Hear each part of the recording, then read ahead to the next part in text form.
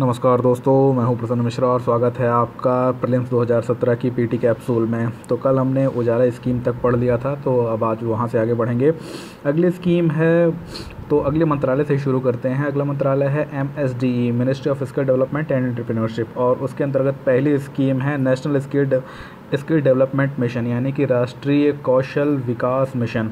तो यहाँ पर ये लिखा हुआ है कि national skill development mission aims to provide a strong institutional framework at the centre and states for the implementation of skilling activities in the country, यानी कि देश में कौशल संबंधित गतिविधियों को लागू करने के लिए केंद्र और राज्य की सरकारों को एक मजबूत इंस्टीट्यूशनल फ्रेमवर्क अर्थात संस्थागत फ्रेमवर्क उपलब्ध कराने के लिए इस मिशन का निर्माण किया गया था।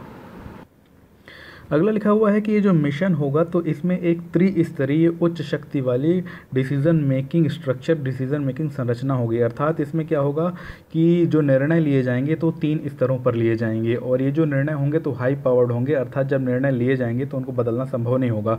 अर्थात जो पहला स्तर निर्णय लेगा तो वो उसके लिए नीचे वाला नहीं बदल सकता, लेकिन जो नीचे वाला स्तर निर्णय लेगा तो फिर वो उसके नीचे वाला नहीं बदल सकता। ठीक, तो इस प्रकार ये जो होती हैं तो हाई पावर डिसीजन मेकिंग होती हैं। तो यहाँ पर ये लिखा गया है कि जो सर्वोच्च होगा, यानी कि जो सबसे महत्वपूर्ण गाइडलाइंस देगा और उसी के अनुसार बाकी के नीचे के स्ट्रक्चर्स को काम करना होगा, सर्वोच्च होगा गवर्निंग काउंसिल। ठीक, और इसको किसकी अध्यक्षता में बनाया जाएगा? प्रधानमंत्री की अध्यक्षता में बनाया जाएगा। अर्थात जो प्रधानमंत्री होंगे तो वो इसके सर्वोच्च संचालक होंगे और त्रिस्तरीय संरचना के वो सर्वोच्च पद पर बैठे होंगे। Will provide overall guidance and policy direction, और प्रधानमंत्री ही इस पूरी योजना को अंतिम रूप से एक गाइडेंस अर्थात मार्गदर्शन तथा निर्देश प्रदान करेंगे। तो देखते हैं इसका अगला स्तर क्या होगा। तो जो इसका अगला स्तर होगा वो होगा स्टीयरिंग कमेटी। ठीक, और इसको कौन हेड करेगा, कौन इसके अध्यक्ष होंगे? वो होंगे minister in charge of skill development, यानी कि कौशल विकास के उस वक्त जो तत्कालीन मंत्री होंगे तो वही इसके अध्यक्ष होंगे। And will review the missions activities in line with the direction set by the governing council. अर्थात गवर्निंग काउंसिल जिसे प्रधानमंत्री की अध्यक्षता में बनाया गया था, उसने जो कुछ निर्देश दिए हैं उन सभी निर्देशों को ये वो मॉनिटर करेंगे, उनकी निगरानी करेंगे कि उन निर्देशों के ही आधार पर आगे कार्य हो रहा है कि नहीं हो रहा है। ठीक, और जो सबसे नीचे होगा तो वो होगा कौन? Mission directorate. ठीक, उसमें ये लिखा गया है कि विद सेक्रेटरी स्किल डेवलपमेंट, यानी कि जो स्किल डेवलपमेंट विभाग के सचिव होंगे तो वो इसके प्रमुख होंगे। And will ensure implementation coordination convergence of skilling activities across central ministries departments and state governments, यानी कि केंद्र सरकार के जो मंत्रालय और विभाग हैं, साथ ही राज्य सरकारें जो हैं, तो वहाँ पर स्किल एक्टिविटीज़ अर्थात कौशल की जो गतिविधियाँ चल रही हैं तो उनको लागू करने में, वहाँ पर सहयोग करने में और उन्हें कन्वर्ज करने में जो कुछ भी कार्य होंगे उनको सुनिश्चित करने की जिम्मेदारी किसकी होगी? सेक्रेटरी की होगी। ठीक, जो कि मिशन डायरेक्टोरेट कहलाएगा। तो पूरा जो त्रिस्तरीय संरचना है आप इसे समझ गए, और इससे अगर ये कोई प्रश्न बनता है तो आप देखेंगे कि स्टेटमेंट में ऐसे ही वो बनाएगा कि इसमें त्रिस्तरीय संरचना होगी, तीसरा स्तर ऐसा होगा, वहाँ पे आप कंफ्यूज हो जाएंगे। ठीक, तो आपको कंफ्यूज नहीं होना है क्योंकि मैंने आपको बहुत स्पष्ट तरीके से बताया। अगला है the mission will also run select sub mission in high priorities area, यानी कि उच्च प्राथमिकता वाले क्षेत्रों में ये जो मिशन होगा तो बहुत सारे सब मिशन यानी कि जो उप मिशन हैं उनको भी चलाएगा। यानी कि जो अन्य क्षेत्र हैं, सामान्य क्षेत्र हैं, तो वहाँ पर सिर्फ मिशन को चलाएगा और उससे संबंधित जो उप मिशन होंगे तो वो बाकी कोई अथॉरिटीज़ चलाएंगी। ठीक, लेकिन जो हाई प्रायोरिटीज़ वाले एरिया हैं, उच्च प्राथमिकता वाले क्षेत्र हैं, तो वहाँ पर ये सब मिशंस को भी अपने साथ ही लेकर के चलाएगा। अन्य महत्वपूर्ण 2 संस्थानों के नाम हैं NSDA और NSDC, तो इनके बारे में इंटरनेट में जाके पढ़िएगा। जो भी मैंने हाईलाइट किया हुआ है ठीक हरे रंग से, उसको आपको इंटरनेट में जाकर के पढ़ना है अगर प्रीलिम्स निकालना है तो यहाँ पर लिखा हुआ है कि ये दोनों संस्थान और साथ ही जो डायरेक्टोरेट ऑफ ट्रेनिंग होगा, ये तीनों ही इस मिशन के मार्गदर्शनों के अनुरूप ही चलेंगे। अर्थात गवर्निंग काउंसिल ने जो इसके नियम कानून बनाए होंगे, यानी इसके जो गाइडेंस उन्होंने दिए होंगे, उसी के अनुसार इन तीनों को भी आगे चलना होगा। अगला लिखा हुआ है कि जो MSDE होगा provides a natural home for the mission. ठीक, यानी कि इस मिशन को चलाने के लिए जो मूलभूत कार्य करेगा वो कौन करेगा, वो MSDE मंत्रालय करेगा। अगला है originally linking all the 3 decision making levels, यानी कि जो निर्णय निर्माण के तीनों स्तर हैं उन तीनों स्तरों पे जितने भी निर्णय लिए जाएंगे तो उनको आपस में जोड़ करके उसका जो निष्कर्ष है उसको किस प्रकार से इम्प्लीमेंट करना है, उसका जो कार्य होगा तो वो MSDE के द्वारा देखा जाएगा। ठीक, और अगली जो योजना है बहुत ही महत्वपूर्ण है, प्रधानमंत्री कौशल विकास योजना। तो प्रधानमंत्री कौशल विकास योजना है, इसके ठीक नीचे एक अन्य योजना है, तो पहले बता देता हूँ ताकि आप आगे चल के कन्फ्यूज़ ना हो।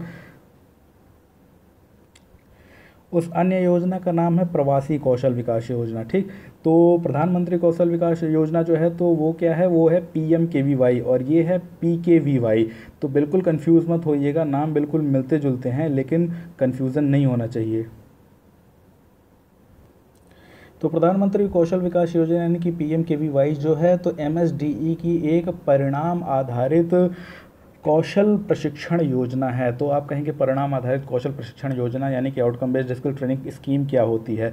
ऐसी योजना जिसमें सबसे महत्वपूर्ण लक्ष्य ये होता है कि उस योजना को चलाने में उसका आउटकम यानी कि उसका परिणाम क्या आया वही हमारा लक्ष्य हो। ठीक, तो उसको कहते हैं आउटकम बेस्ड योजना। तो इसमें लक्ष्य ये है कि हम जो कौशल प्रदान करना चाहते हैं लोगों को वो उन्हें प्राप्त हो रहा है कि नहीं। अगर होता है तो योजना सफल है, नहीं होता है तो योजना बिल्कुल विफल है, इसीलिए इसे कहते हैं आउटकम बेस्ड योजना। ठीक, अगला लिखा हुआ है कि objective of skill certification and reward scheme is to be enable and mobilise a larger number of Indian youth to take up skill training, यानी कि इस योजना का जो लक्ष्य है, जो ऑब्जेक्टिव है तो वो होगा स्किल सर्टिफिकेशन, अर्थात जो वो गुण या कौशल प्राप्त करेंगे उसको प्रमाणित किया जाएगा एक सर्टिफिकेट दे करके, साथ ही साथ उसमें कुछ पुरस्कार प्रदान किए जाएंगे ताकि जो भारत का युवा व्यक्ति है उनको ज़्यादा से ज़्यादा मात्रा में मोबिलाइज किया जा सके, यानी इकट्ठा किया जा सके उस बात के लिए, और इस बात में सक्षम किया जा सके कि वो उस ट्रेनिंग को प्राप्त करें और एम्प्लॉयबल बन सकें, अर्थात ऐसे व्यक्ति बन सकें जिन्हें किसी रोजगार में लगाया जा सके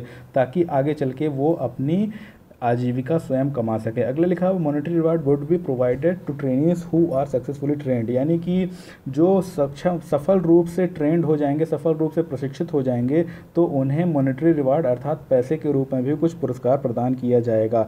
assessed and certified skill courses run by affiliated training providers, यानी कि स्कीम से जुड़े हुए जो ट्रेनिंग प्रोवाइडर हैं, ट्रेनिंग प्रदाता हैं, तो जब उसका आकलन कर लेंगे कि वो सक्षम है उस बात के लिए, सफल हो गया उस बात के लिए, और उसको एक सर्टिफिकेट दे देंगे तभी उसको ये मॉनेटरी रिवार्ड यानी कि पैसे वाला पुरस्कार प्राप्त होगा। अगला लिखा हुआ है कि mechanism to revive the traditional guru shishya approach, यानी कि इसमें जो क्रियाविधि अपनाई गई है तो वो पारंपरिक गुरु शिष्य वाली परंपरा को फिर से रिवाइव करने के लिए, फिर से जीवित करने के लिए अपनाई गई है। यानी कि इसमें ऐसा कहा गया है कि वो गुरु शिष्य परंपरा फिर से जीवित होगी, लेकिन वैसे नहीं होगी कि जैसे होती थी पहले। इसमें ये कहा गया है कि उस गुरु शिष्य परंपरा को एक नया स्वरूप दिया जाएगा। वो ऐसा होगा, train youth with the help of local craftsman and trade practitioners, यानी कि जो स्थानीय दस्तकार हैं और जो स्थानीय व्यापारी हैं, ट्रेड प्रैक्टिशनर्स हैं, उनको उनके द्वारा उन सारे युवाओं को क्या किया जाएगा, प्रशिक्षित किया जाएगा, ज्ञान दिया जाएगा। ठीक, तो इस प्रकार से वो गुरु शिष्य परंपरा अर्थात जो जैसे दस्तकार है तो दस्तकारी सिखा देगा किसी युवा को। ठीक, और जो ट्रेड प्रैक्टिशनर यानी कोई छोटा मोटा व्यापारी है तो अपने अंतर्गत व्यक्ति को वो व्यापार करना सिखा देगा कि वो कैसे करता है। तो ठीक जैसे गुरु जितना जानता था शिष्य को सिखा देता था, तो ये जितना जानेंगे क्राफ्ट्समैन और ट्रेड प्रैक्टिशनर ये नीचे वाले को सिखा देंगे, इसीलिए कहा जा रहा है गुरु शिष्य परंपरा। ठीक, तो ये बिल्कुल आ सकता है स्टेटमेंट में। इसके अलावा ये कहा गया है कि जो भी व्यक्ति जिस क्षेत्र का सांसद होगा यानी लोकसभा सांसद होगा तो वो अपने उस संसदीय क्षेत्र में इस पूरी योजना की मॉनिटरिंग करेगा अर्थात निगरानी करेगा। अगला लिखा हुआ है कि for youth from Kashmir valley, Leh region and north eastern states and left wing extremism affected districts residential programmes will be promoted, यानी कि ऐसे लोग जो कि कश्मीर घाटी, लेह के इलाके, उत्तर पूर्वी के राज्य या कि ऐसे इलाके जहाँ पे लेफ्ट विंग एक्सट्रीमिज्म अर्थात माओवाद बहुत फैला हुआ है, नक्सलवाद बहुत फैला हुआ है, वहाँ से जो व्यक्ति आएंगे तो उनको रेसिडेंशियल प्रोग्राम, आवासीय कार्यक्रमों के अंतर्गत प्रमोट किया जाएगा, अर्थात उनको वहाँ पे रहने की भी व्यवस्था दी जाएगी। ठीक, उसे ही कहते हैं रेसिडेंशियल प्रोग्राम। अगला है training partners under the scheme will be required to ensure valid Aadhaar numbers of trainees, यानी कि जो भी यहाँ पर ट्रेनिंग पार्टनर्स होंगे अर्थात जो प्रशिक्षण में मदद कर रहे होंगे तो ये बात उनके लिए अनिवार्य होगी कि जो भी उनके यहाँ प्रशिक्षण प्राप्त कर रहा है वो उसका आधार नंबर प्राप्त करेंगे, और साथ ही साथ उन बच्चों की, उन प्रशिक्षुओं की जो अटेंडेंस होगी, जो ट्रेनीज़ की अटेंडेंस होगी, तो उनके बायोमेट्रिक के द्वारा होगी। इससे ये तय हो जाएगा कि जो भी व्यक्ति इस योजना के अंतर्गत अपना रजिस्ट्रेशन करवा रहा है वो ट्रेनिंग करने आ रहा है कि नहीं आ रहा है। ठीक, बायोमेट्रिक्स में कोई फर्जी रूप से अटेंडेंस नहीं डाली जा सकती है, और आपका बायोमेट्रिक्स पहले से ही आधार में जुड़ा हुआ है, आपका रेटिना और आपका फिंगरप्रिंट। तो यहाँ पे कोई भी आदमी बंक नहीं मार सकता, बंक मारेगा तो अपने आप योजना से बाहर हो जाएगा। अगला लिखा हुआ है the entire training and assessment fees are paid by the government, यानी कि जो पूरी प्रशिक्षण और आकलन की फीस होगी, असेसमेंट की फीस होगी, वो सरकार चुकाएगी। तो एक अन्य चीज़ है, उसका नाम है नेशनल स्किल क्वालिफिकेशन फ्रेमवर्क, यानी कि राष्ट्रीय कौशल क्वालिफिकेशन फ्रेमवर्क, अर्थात कि कौशल को प्राप्त करने के लिए जो एक मानक निर्धारित हैं तो वो इस NSQF के अंतर्गत होते हैं। तो ये कहा गया है कि जो कोई भी ट्रेनिंग दी जाएगी तो उन्हीं मानकों के तर्ज पर दी जाएगी जो कि NSQF में निर्धारित की गई हैं, अर्थात घटिया स्तर की ट्रेनिंग नहीं दी जाएगी। तो NSQF बिल्कुल आप ध्यान रखिएगा, ये वहाँ पे पूछा जा सकता है। ठीक, अगला यहाँ पे लिखा हुआ है कि besides catering to the domestic skill need the scheme will also focus on skill training aligned to international standards for overseas employment, यानी कि विदेशों में लोगों को रोज़गार दिलवाने के लिए ये जो ट्रेनिंग होगी तो इस प्रकार की होगी कि अंतर्राष्ट्रीय मानकों के अनुसार भी इसमें ट्रेनिंग दी जाएगी, ताकि अंतर्राष्ट्रीय स्तर का भी कौशल विकसित हो सके। और इस प्रकार के जो व्यक्ति होंगे तो वो यूरोप या कि खाड़ी देशों में जाकर के कार्य कर सकेंगे। जो अगली योजना है देखते हैं, उसका नाम है नेशनल अप्रेंटिसशिप प्रमोशन स्कीम, ठीक, NAPS। तो इस योजना में ये कहा गया है टू प्रमोट अप्रेंटिसशिप ट्रेनिंग, यानी कि जो अप्रेंटिसशिप होती है तो उसका प्रशिक्षण दिया जाएगा। तो अप्रेंटिसशिप क्या होता है, सबसे पहले ये जान लीजिए। तो अप्रेंटिस उसे बोलते हैं कि जब कोई भी एक व्यक्ति किसी भी बहुत उच्च कौशल वाले व्यक्ति, यानी कि बहुत अच्छा कार्य करने वाले व्यक्ति के अंतर्गत होकर के प्रशिक्षण प्राप्त करता है तो उसे अप्रेंटिस बोलते हैं। जैसे कोई बड़ा वकील है, आपने नया नया LLB किया, तो आप उस बड़े वकील के यहाँ एक अप्रेंटिस के तौर पर काम करने लगते हैं ताकि आप उससे कुछ सीख सकें। ठीक, तो इसे ही बोलते हैं अप्रेंटिसशिप। तो अप्रेंटिसशिप को प्रमोट करने के लिए एक स्कीम आई है, उसे ही कहा जा रहा है NAPS। तो योजना का स्वरूप ये होगा कि जो एम्प्लॉयर्स होते हैं, अर्थात जो नौकरी देने वाले लोग होते हैं, जो कि लोगों को प्रशिक्षण भी देते हैं या कि सिखाते हैं, तो उनके साथ सरकार का करार होगा और वो क्या करेंगे कि जो नए नए लोग हैं वो उनको अप्रेंटिसशिप यानी कि ट्रेनिंग देंगे। तो ये कहा गया है कि वर्तमान में सिर्फ 2,03,000 अप्रेंटिस इस प्रकार के हैं जो कि ट्रेनिंग ले रहे हैं सरकार की योजनाओं के माध्यम से। उसको बढ़ा करके 2020 तक 50 लाख तक पहुंचा देना है। ठीक, और ये जो योजना है तो DGT अर्थात डायरेक्टर जनरल ऑफ ट्रेनिंग के अंतर्गत होगी, और ये जो DGT है तो ये MSDE मंत्रालय के अंतर्गत कार्य करता है। अगला ये कहा गया है कि ये जो ट्रेनी होंगे, जो प्रशिक्षु होंगे, जिनको अप्रेंटिस के तौर पर रखा जाएगा, तो इनको कुछ ना कुछ तनख्वाह भी दी जाती है। ठीक, तो उस तनख्वाह का 25% जो है तो सरकार चुकाएगी और 75% जो है तो वो एम्प्लॉयर चुकाएगा जो कि उनसे सेवाएं ले रहा है। और अगला जो है तो ये लिखा हुआ है कि इस पूरे कार्यक्रम में जितना कुछ भी खर्चा आएगा तो उसे भी 50% सरकार के द्वारा ही चुकाया जाएगा। ठीक, यानी कि इसमें जो एम्प्लॉयर होगा तो ट्रेनिंग देने में जितना खर्चा आता है तो उसको ही 50% सरकार द्वारा चुकाया जाएगा, ताकि एम्प्लॉयर जो है तो ट्रेनिंग देने में आनाकानी ना करें। अगला है the scheme will cover the category all categories of apprentice except the graduate technician and technician vocational apprentices. तो बिल्कुल ये आ सकता है कि इसमें कौन कौन सम्मिलित हैं।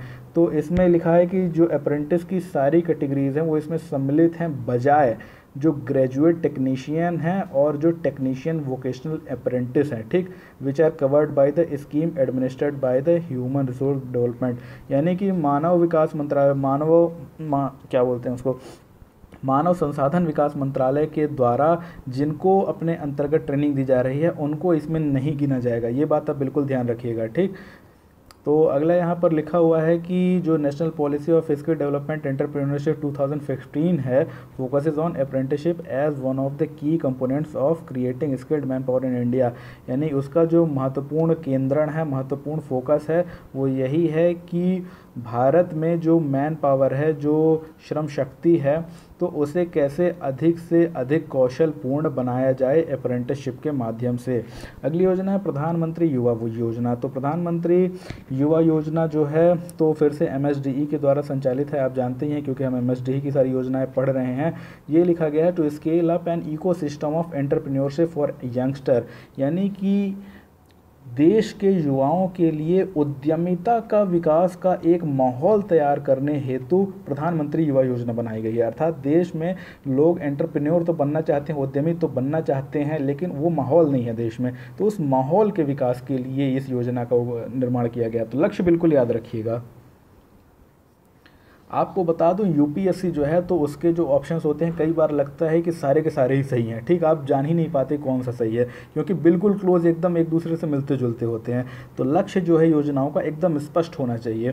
तो इसका जो लक्ष्य है तो सीधे ट्रेनिंग देना ये सब करना वो सब नहीं है, ठीक, यानी कि इसका ऑब्जेक्टिव हो सकता है वो, लेकिन इसका जो एम है वो क्या है, वो है यंगस्टर जो हैं, जो युवा हैं, उनको उद्यमी बनाने के लिए वैसा इकोसिस्टम यानी वैसा माहौल तैयार करना, ठीक, ये इसका मकसद है।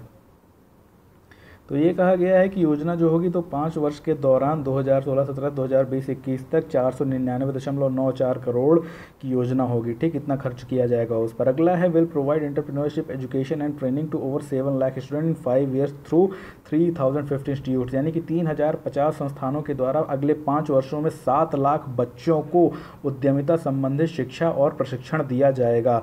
अगला है it will also include easy access to information and mentor network, यानी कि जो बच्चे होंगे जो वहाँ पे इस इंस्टीट्यूट में ट्रेनिंग लेंगे उनको सूचनाओं तक मेंटोर नेटवर्क, यानी कि जो प्रशिक्षण देने वाले मेंटोर होते हैं, जो प्रशिक्षक होते हैं, उनका जो अपना एक नेटवर्क होता है वहाँ तक, इसके अलावा क्रेडिट, इन सारे क्रेडिट मतलब जो लोन वगैरह होता है, इन सारी चीज़ों तक उनकी जो पहुंच होगी उसको सुनिश्चित कराने का कार्य करेंगे।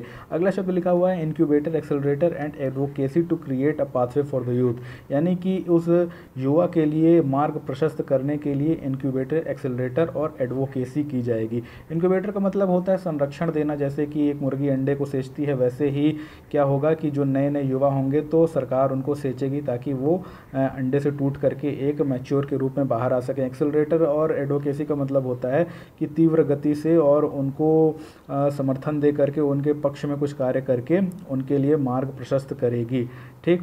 तो यहाँ पर आगे ये लिखा हुआ है कि युवा योजना include 2200 institutes of higher learning, यानी कि जो उच्च शिक्षा से संबंधित 2200 इंस्टीट्यूट हैं वो इसमें शामिल होंगे, 300 स्कूल होंगे, 500 IITs होंगे और 500 एंटरप्रेन्योरशिप डेवलपमेंट सेंटर्स होंगे, ठीक।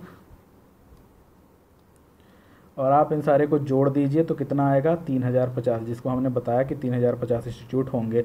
अगली योजना है इंडियन इंस्टीट्यूट ऑफ स्किल्स, ठीक। तो ये जो इंडियन इंस्टीट्यूट ऑफ स्किल्स है तो दरअसल ये संस्थान होंगे जिन्हें कि भारत सरकार के द्वारा बनाया जाएगा।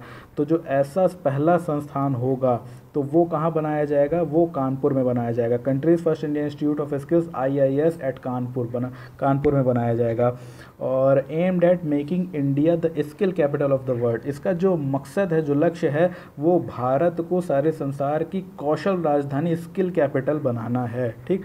और ये कैसे कंसेप्चुलाइज हुई, कैसे ये दिमाग में आया मोदी जी के, तो जब वो सिंगापुर यात्रा में अपनी थे तो वहाँ पर उन्होंने इस चीज़ को देखा तो वहीं से उनके दिमाग में ये बात आई।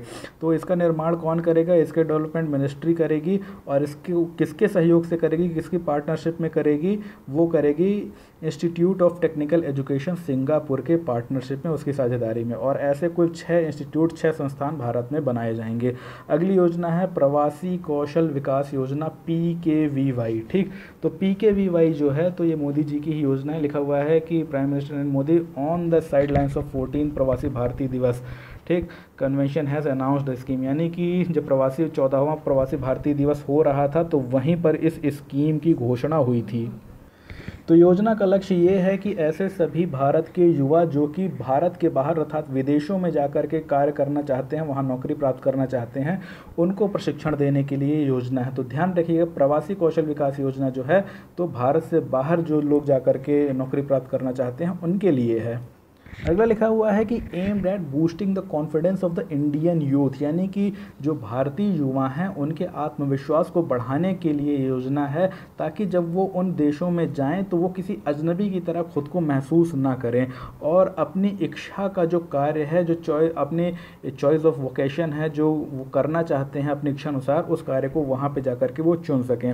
अगला है PKVY will train and certify Indians who are keen on overseas employment, यानी कि ऐसे सभी लोग जो कि बाहर जाकर के कार्य करना चाहते हैं उनको ये प्रशिक्षित करेगी और प्रमाण पत्र देगी, अर्थात सर्टिफिकेट प्रदान करेगी in select sectors in line with the international standards, यानी कि जो कुछ ऐसे चुने हुए क्षेत्रक हैं तो उन क्षेत्रकों में अंतर्राष्ट्रीय मानकों के अनुसार इनको ट्रेनिंग और सर्टिफिकेट दिए जाएंगे, जिससे उन्हें वहां आसानी से नौकरी मिल सके।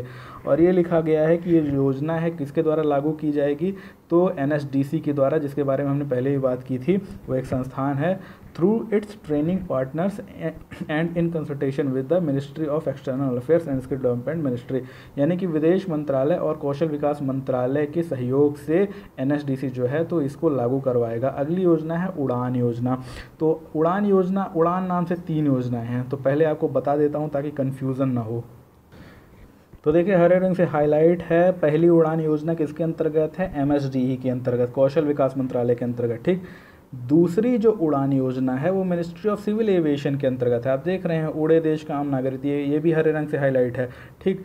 तीसरी भी एक उड़ान योजना है और वो योजना है वो किस मंत्रालय के अंतर्गत है, वो है मानव संसाधन विकास मंत्रालय के अंतर्गत, ठीक। तो 3 उड़ान योजनाएं हैं और बिल्कुल कहीं पर भी आप कंफ्यूज मत होइएगा, नहीं तो आप क्वेश्चन वहाँ सीधे गलत कराएंगे और UPSC ऐसे ही कंफ्यूज करने वाले क्वेश्चन आपसे पूछ सकता है। तो एक उड़ान की तो स्पेलिंग अलग है, 2 उड़ान की तो स्पेलिंग भी एकदम से मतलब आपको उलझा सकती हैं, क्योंकि दोनों में AAN लिखा हुआ है, ठीक। तो एक जो है giving wings to the girl student, यानी कि जो बच्चियां हैं उनके लिए योजना है, और जिस उड़ान की अभी हम बात करने जा रहे हैं वो कश्मीरी युवाओं के लिए योजना है।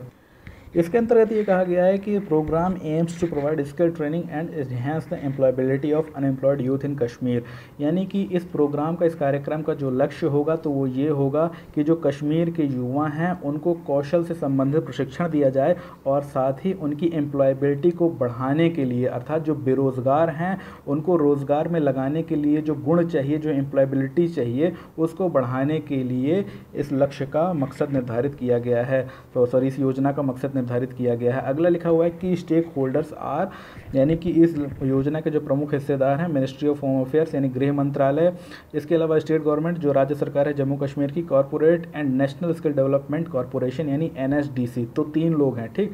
यानी कि गृह मंत्रालय, जम्मू कश्मीर की सरकार और NSDC, ये तीनों मिलकर के इस योजना के 3 हिस्सेदार हैं जो कि इसको वहाँ पे लागू करवाएंगे, ठीक। तो इस प्रकार से जो 7 योजनाएं थी इस मंत्रालय की, तो हमने MSDE की 7 योजनाओं को कवर कर लिया है। बहुत महत्वपूर्ण योजनाएं हैं, आम किताबों में नहीं मिलती हैं तो आप पढ़ते नहीं हैं, ठीक। तो यहाँ पे आप उसको एकदम से रट लीजिएगा, 4-5 बार इस वीडियो को देख लीजिएगा, ठीक।